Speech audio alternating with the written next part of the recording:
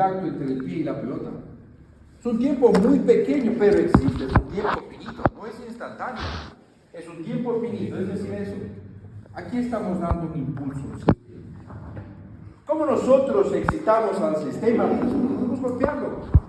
Y eso se hace en la industria. Tenemos la máquina, cogemos un martillo, pero un martillo ya de veras, sino uno que está instrumentado, y golpeamos en una parte. Así estamos dando una señal de entrada. Y la respuesta del sistema va a ser su función de transferencia. Entonces nosotros medimos la respuesta y de paso tenemos el valor de su función de transferencia únicamente con experimentos. Ni siquiera necesitábamos medir o determinar sus características. ¿Ya está claro? Solo doy un impulso a la máquina y mido su respuesta. Esa respuesta es igual a la función de transferencia en el tiempo. Si es que es un sistema de un grado de libertad, ya lo conocíamos. ¿Y si no?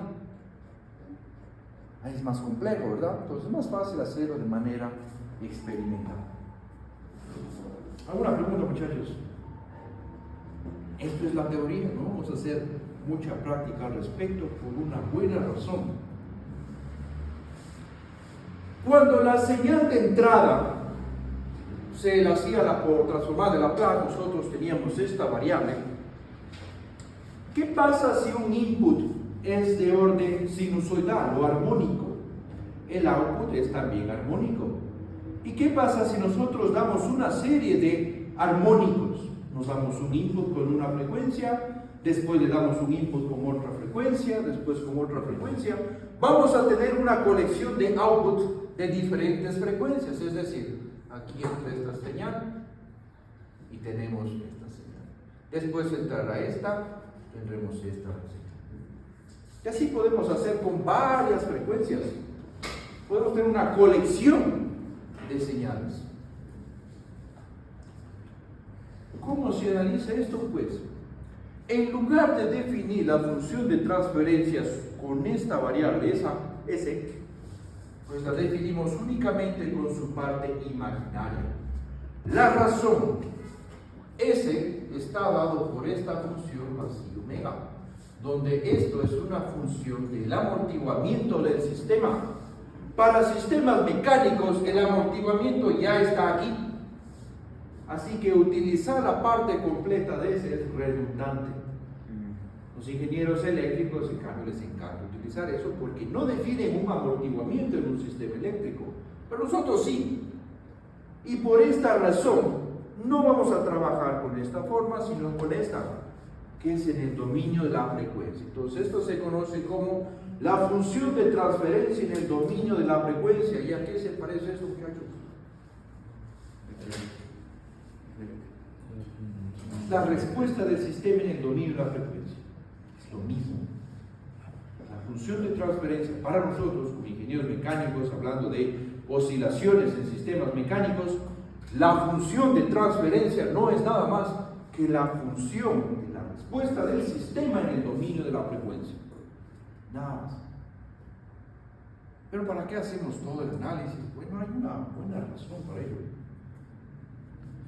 Habíamos hablado de Jean-Baptiste Fourier, un matemático francés, también de la época de la Revolución Francesa, que sí tuvo la suerte de mantener su cabeza donde está, no como otros colegas incluso de su época, en donde él decía, cualquier señal, no importa cualquier señal, imagínense una señal parabólica, una recta, imagínense un pulso, cualquiera, si es que es periódica, puede representarse como una suma infinita de senos y cosenos o armónicos.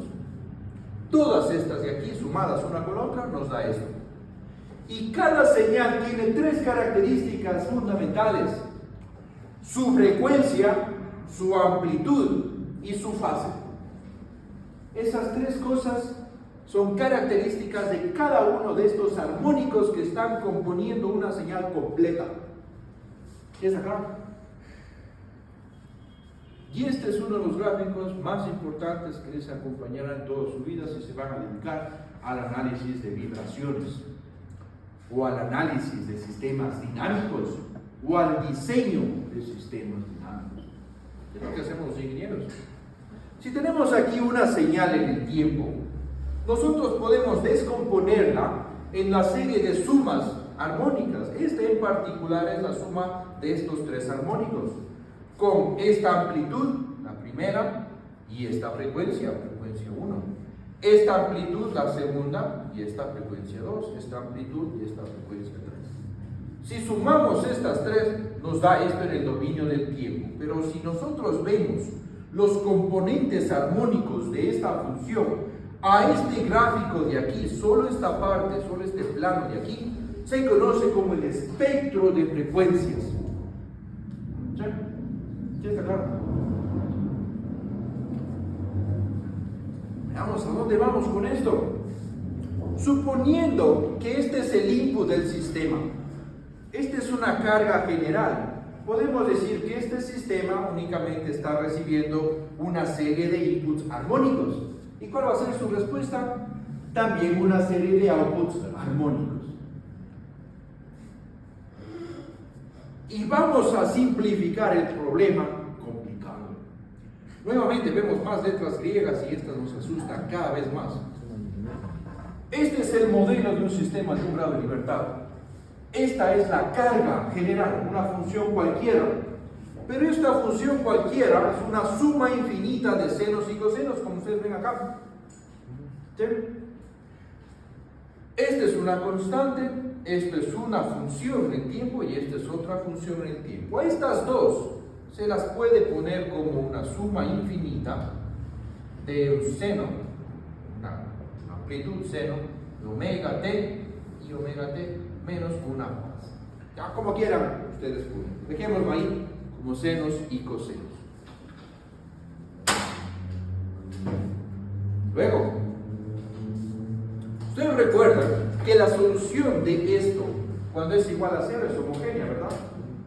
Ahora pues vamos a determinar la solución de esto con esta variable, con esta constante, la solución de esto a esta carga armónica y la solución de esto a esta carga armónica. ¿Cuántas soluciones vamos a tener? Aquí se ve 3, ¿verdad? Más la homogénea 4. Sin embargo, ¿cuántos de estos cosenos hay? Infinito. Entonces esto es para uno de los cosenos nada más. J va a ser igual a 1,2 hasta infinito. El seno es igual. Entonces, ¿cuántos componentes tiene la respuesta? Infinito. Dijimos que se simplificaba el problema, ¿verdad? Porque ahora únicamente estamos hablando de funciones armónicas y esto ya sabemos de memoria. ¿Y por qué se complica?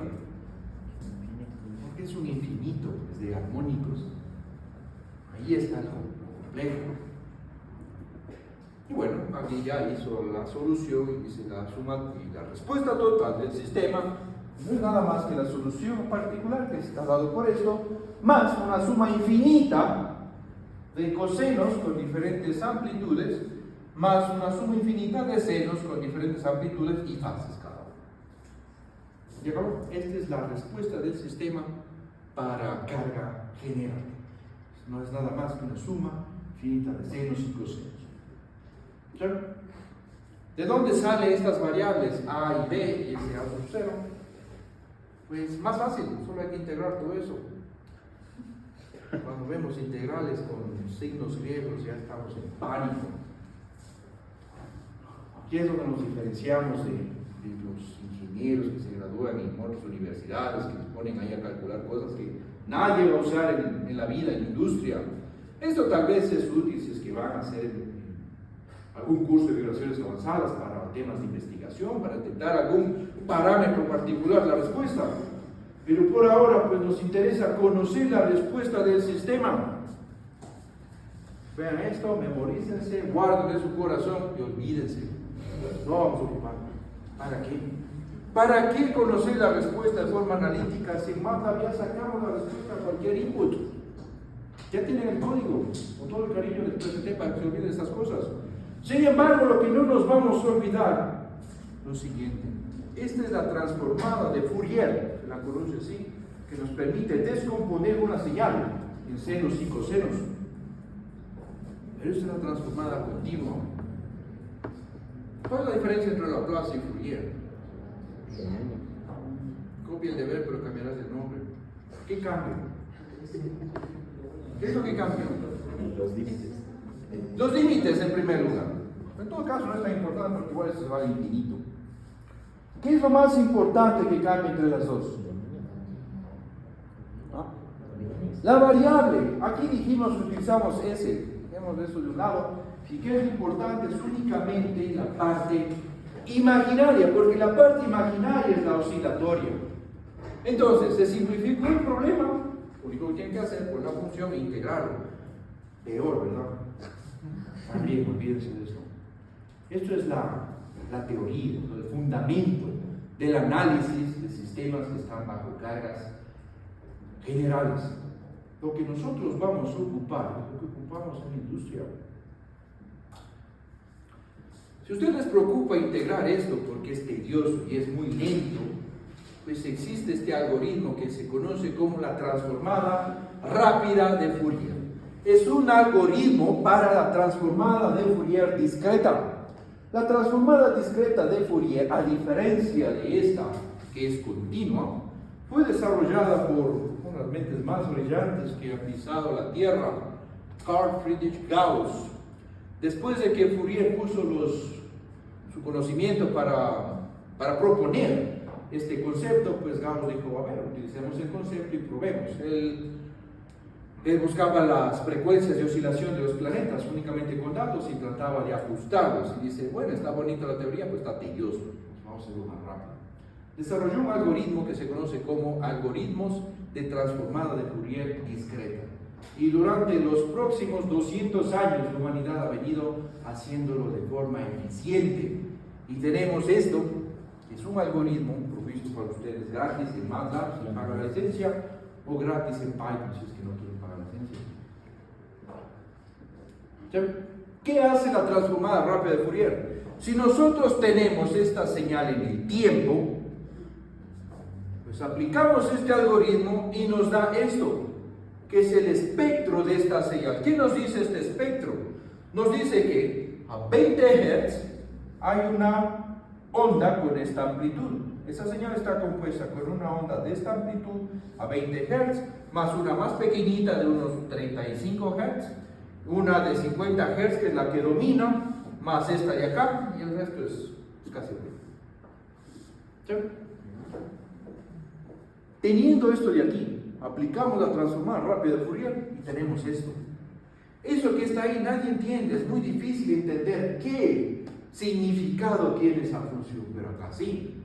Acá sí nos dice, domina la frecuencia, una onda a frecuencia de 50 Hz. Sobre esa existen muchos armónicos. Muchas cosas que se pueden pensar.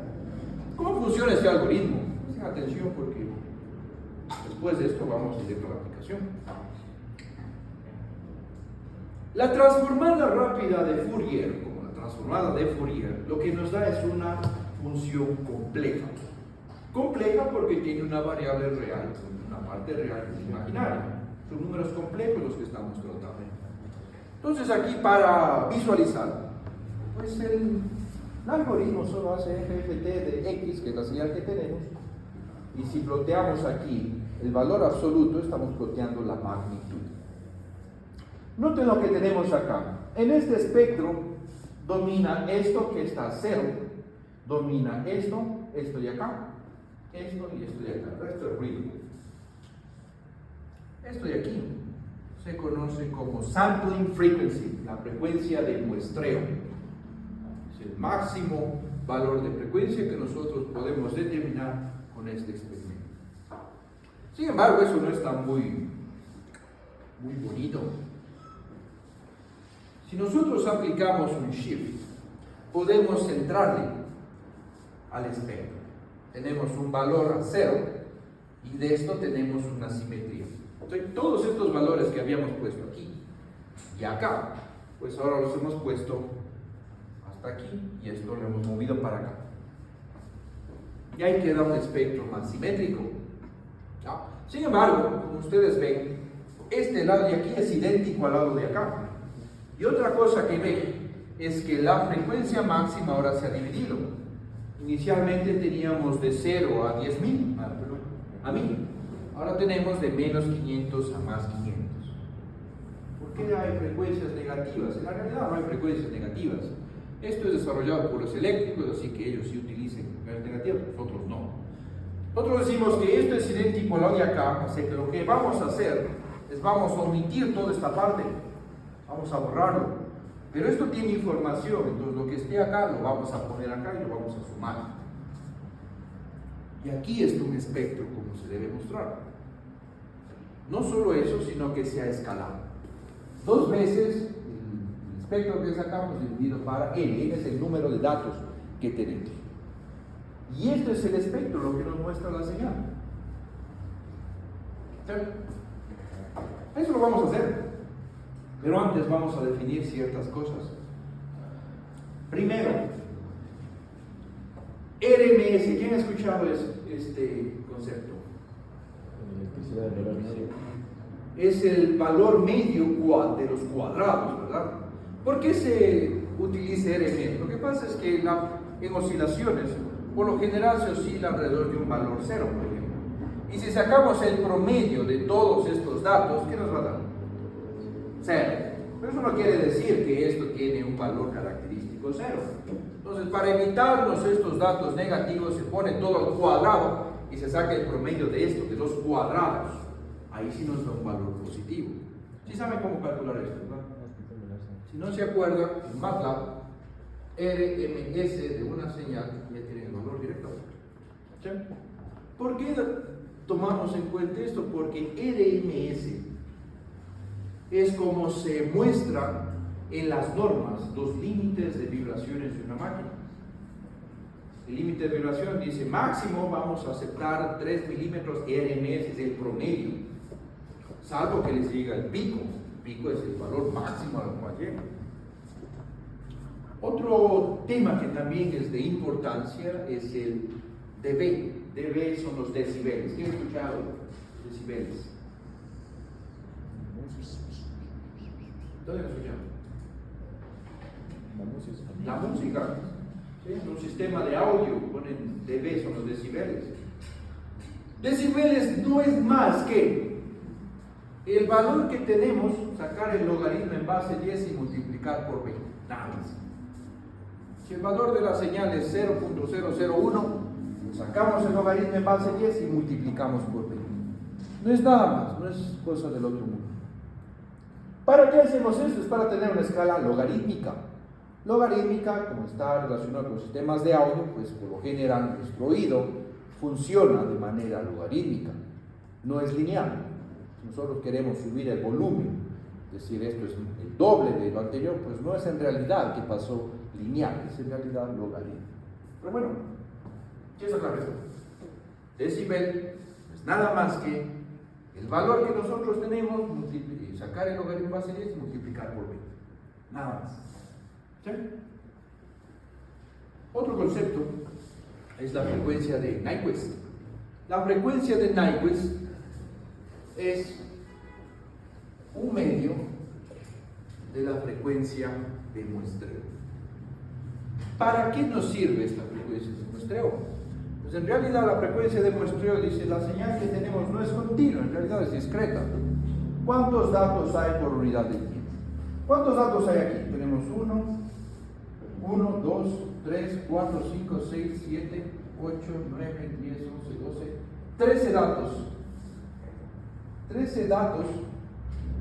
¿En qué tiempo? En 13 segundos.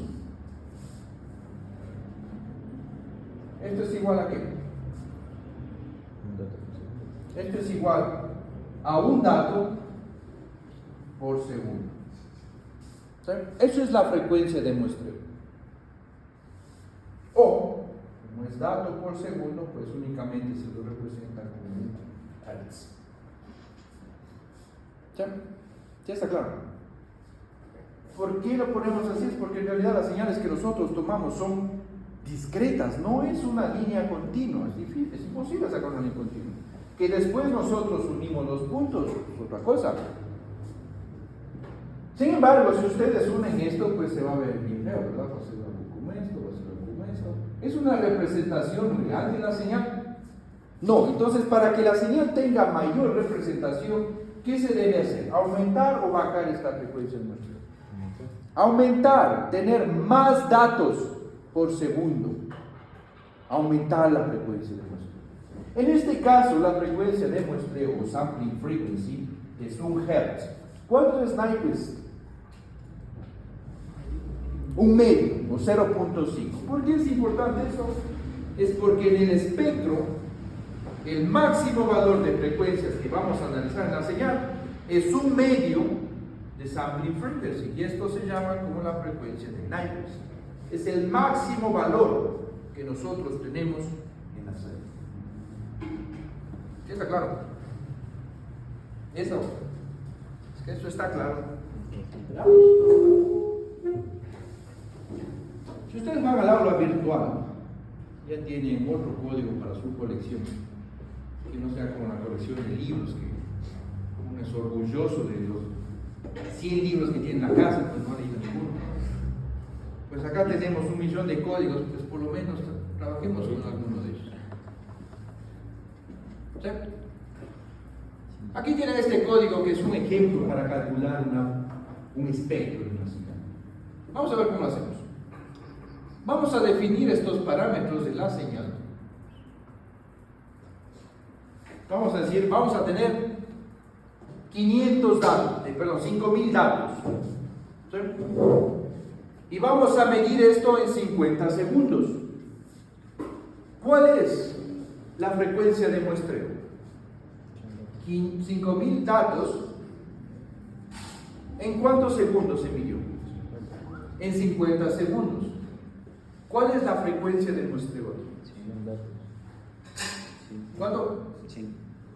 ¿100 qué? Datos. Datos por segundo o 100 Hz. ¿Sí está claro? ¿Sí? Es aquí. Hemos definido el número de datos que vamos a tomar. Hemos definido aquí el tiempo máximo. Vamos a medir hasta 50. Y hemos creado aquí un vector de tiempo que va desde 0 hasta 50 y tiene n datos. ¿Sí? Es el tiempo discretizado.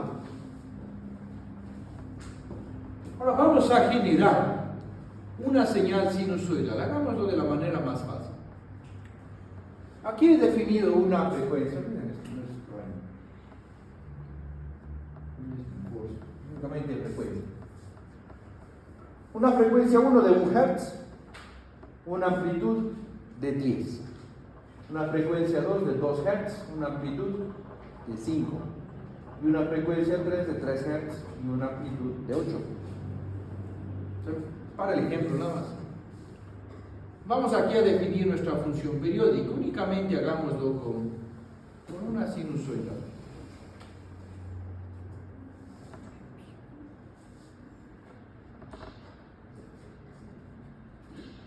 Hagámoslo con una sinusoidal.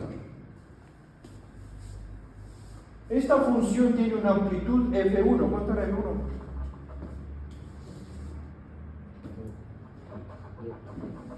10. ¿Sí? Y una amplitud F1.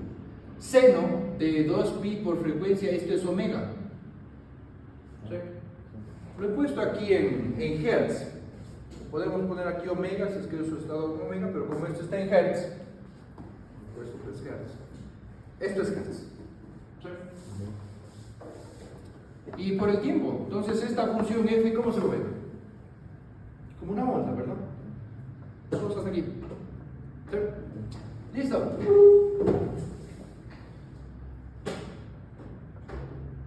Por alguna razón no se ha guardado. Pero bueno, veamos qué nos va a salir aquí. Vamos a generar un vector de frecuencias. ¿De dónde a dónde van las frecuencias? Van desde 0 hasta la mitad de la sampling frequency, ¿verdad?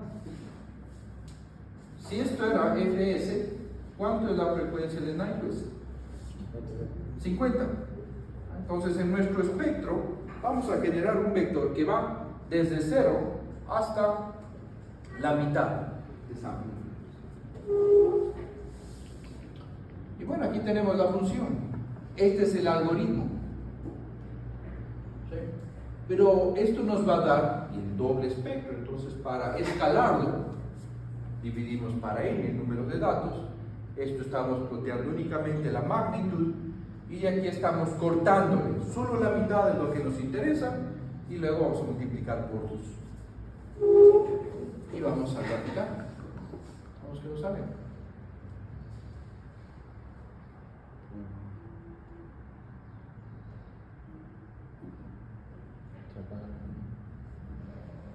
Este es el espectro. Esta es la señal que nosotros tenemos, es una sinusoidal, que ha ido variando. Y este es el espectro. ¿Qué nos dice? Podemos medir el contenido de frecuencias que están entre 0 hasta 50, ¿verdad? Y nos dice que esta señal contiene una onda sinusoidal con una amplitud de 10. Es lo que nosotros habíamos definido, ¿sí o no?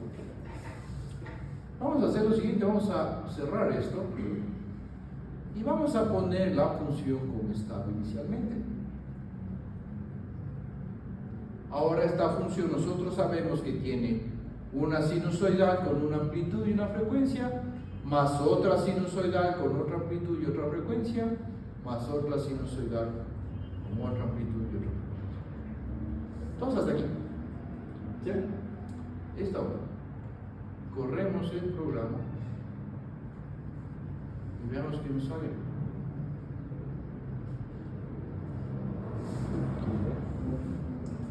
Ahora esta onda ya no es una señal sinusoidal, ahora es algo periódico. Vamos a ver cómo se ve, si puedo hacer un zoom por ahí.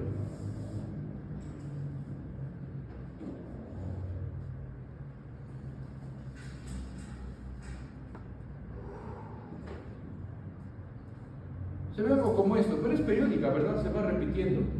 ¿Y qué nos dice acá? Esta señal contiene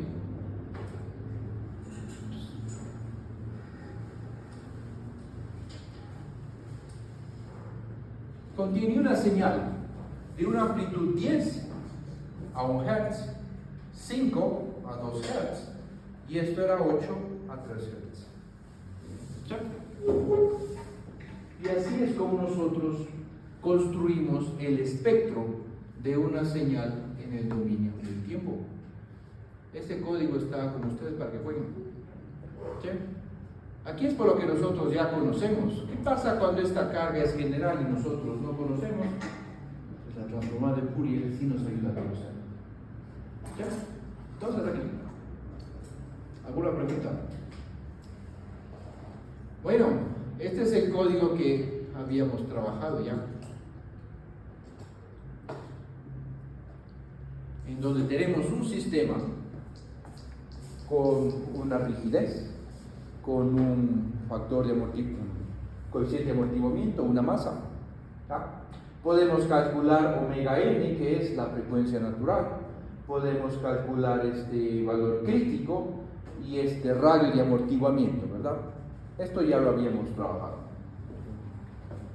El resto, lo que nos dice este código, pues es indicar si es que el sistema es oscilatorio. Con esos datos, sí es oscilatorio.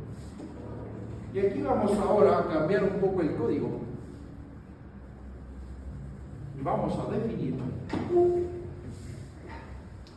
estos nuevos valores. Fs, ¿qué es? Sampling frequency. Aquí le he puesto como 8 veces la frecuencia natural. ¿Sí? Ese es el valor de la frecuencia de muestreo que le he puesto. Lo he dividido para 2pi para hacerlo en Hz. N, ¿qué es N? Es la longitud de la señal. ¿Qué es el tiempo? El tiempo es un vector que lo hemos definido al revés. En el caso anterior, primero definimos el tiempo y luego la frecuencia de muestreo. Aquí estamos haciéndolo al revés.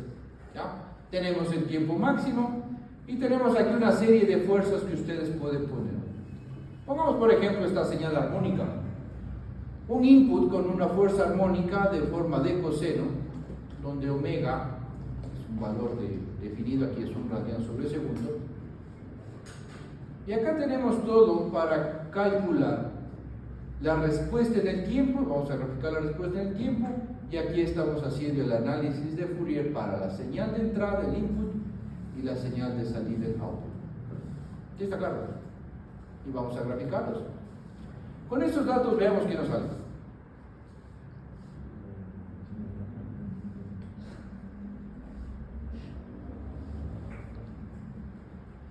Esto de aquí es nuestro input. Es una señal, un coseno, ¿verdad? Con una amplitud dada. Y esto es nuestro output. Esta parte inicial no importa mucho, porque después se estabiliza. ¿Sí? Se ve como otra sinusoidal. Entonces, más o menos ya podemos estimar cómo se van a ver los espectros. El espectro de la primera señal está dado por esto. Una amplitud de 10 a una frecuencia de 0.15, 0.158, 0.16. Nosotros le pusimos que omega es igual a 1 radian sobre segundo. ¿Cuánto es esto en hertz? ¿Cuánto? Claro que es 1 sobre 2 pi, pero ¿cuánto es?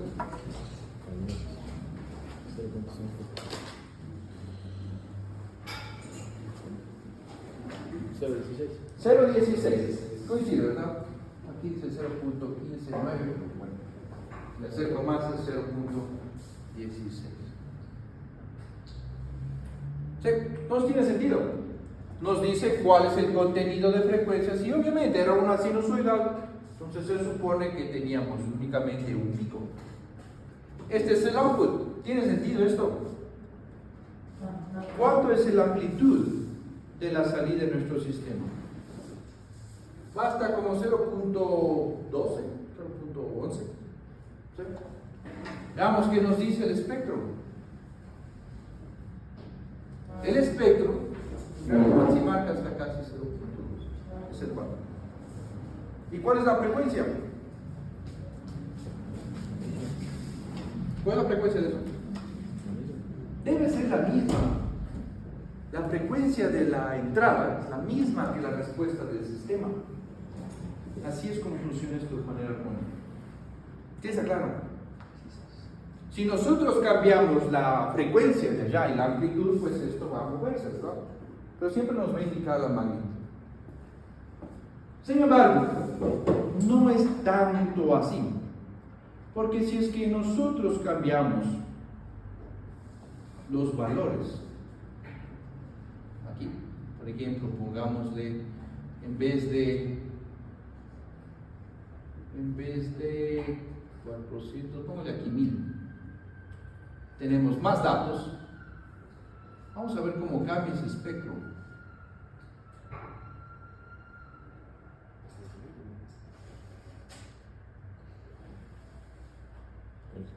Solo tenemos más datos, pero veamos cómo ha cambiado.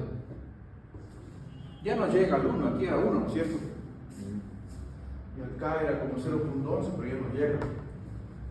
La razón es que esta señal no es ahora completamente periódica. Al azar, miren en dónde termina. Empieza acá arriba y termina acá abajo. Si es que terminaría acá arriba, ahí sí nos da. Este es un problema que se conoce como leakage y aliasing, que son cosas de procesamiento de señales que ya no nos competen. Lo que sí nos compete es cómo utilizar la transformada de Fourier. ¿Sí está claro? ¿Qué significa la transformada de Fourier? Ahora vamos a hacer algo más interesante. ¿Qué pasa cuando el input ahora ya no es tan sinusoidal? Pongamos otra carga. Esto de aquí, hagámosle comentado y vamos a utilizar un impulso. ¿Cómo funciona esta señal de impulso? Tenemos una amplitud y esta F ceros en todos lados, pero aquí se ha definido un valor.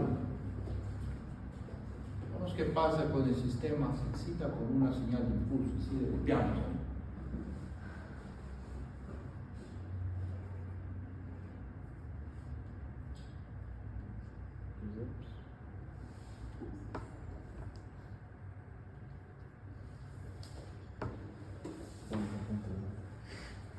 empieza en 0, llega un valor máximo y luego es 0. ¿Qué pasó con el sistema?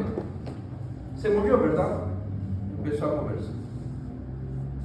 Luego llega a 0. ¿Sí? ¿Qué pasa si sacamos el espectro de esas señales? El espectro de una señal impulso es una constante. El dominio de la frecuencia. Quiere decir que hemos excitado al sistema con todas estas frecuencias desde aquí hasta acá. Es por eso que el sistema ha respondido con todas sus frecuencias. ¿Y a qué se parece este espectro? ¿Qué se parece eso? ¿Ah? La respuesta del sistema en el dominio de la frecuencia, o su FRF, ¿cómo le llamamos? La respuesta en el dominio de la frecuencia, que es la función de transferencia en el dominio de la frecuencia, ¿verdad? ¿Y qué se acuerdan de la convolución? Es que el sistema esté excitado con un impulso, ¿cuál es su respuesta? Su función de transferencia. Ahí está. Estamos excitando al sistema con todas las frecuencias posibles. Entonces el sistema se mueve aquí. Pues digamos, es más fácil lo que hemos hecho inicialmente, analíticamente. Claro, con un sistema de un grado de libertad. Esto ya tiene aplicaciones para sistemas de más grados de libertad, donde ya no conocemos esta función de transferencia, donde es más complejo determinarlo. Ahí entra el análisis de Fourier. ¿Sí? Y por último, cambiemos esta señal de... Y aquí tengo un barrido de frecuencias. Si quieren pueden jugar con eso. Vamos a excitarlo de una manera aleatoria. Esto de aquí nos genera números aleatorios que siguen una distribución gaussiana. Ya pasaron probabilidad y estadística. Entonces sabes de lo que estoy hablando, ¿verdad? Esto está dentro del paquete o el toolbox de MATLAB de Statistical Analysis and Machine Learning. ¿Sí? Las dos cosas van de la mano. Vamos a correr esto. Vamos a ver qué nos da.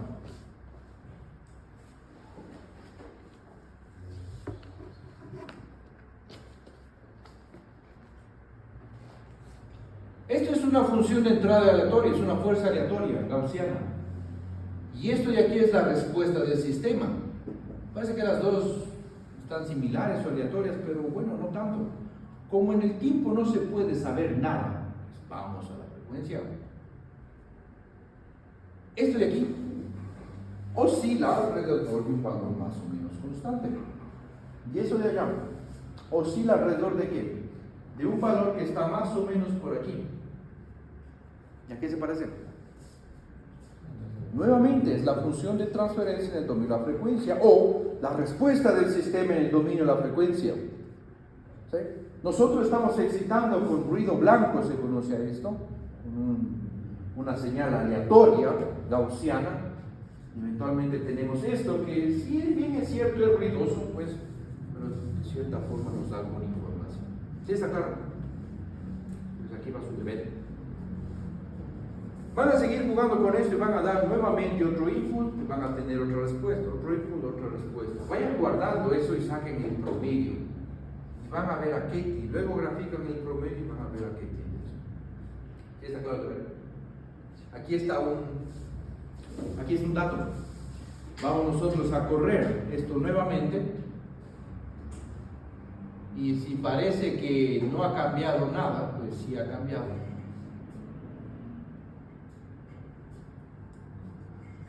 Parece que no ha cambiado, pero sí, en realidad sí cambia. Vamos a hacerlo eso algunas veces y vamos a sacar el promedio. Es decir, van a sacar todo esto y van a promediarlo. Van a ver qué pasa con ese promedio. Lo mismo con esto. Van a promediarlo. Como ya tienen el código, no es una tarea que les toma más de 10 minutos. Y van a ver cuál es la forma que sale ahí. ¿Sí está clara esa tarea?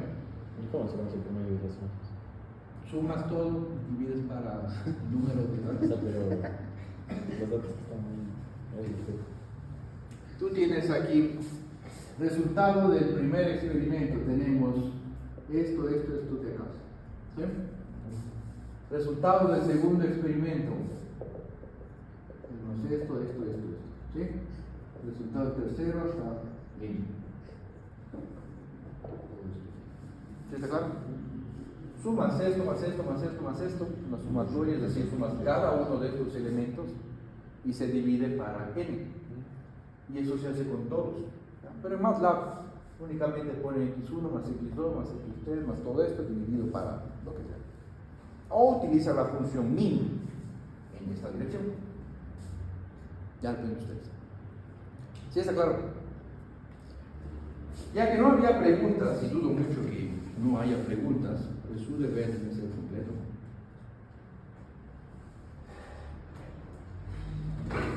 El gráfico lo van a poner en dB. ¿Qué tienen que hacer? Sacar el logaritmo de la respuesta, base 10, multiplicar por b, nada más. Y determinar la respuesta del sistema en RMS. ¿Cómo se saca eso? Únicamente hacen RMS. Cualquier valor que tengan ahí ya. ¿Sí está claro? Listo, muchachos. Para próximo miércoles.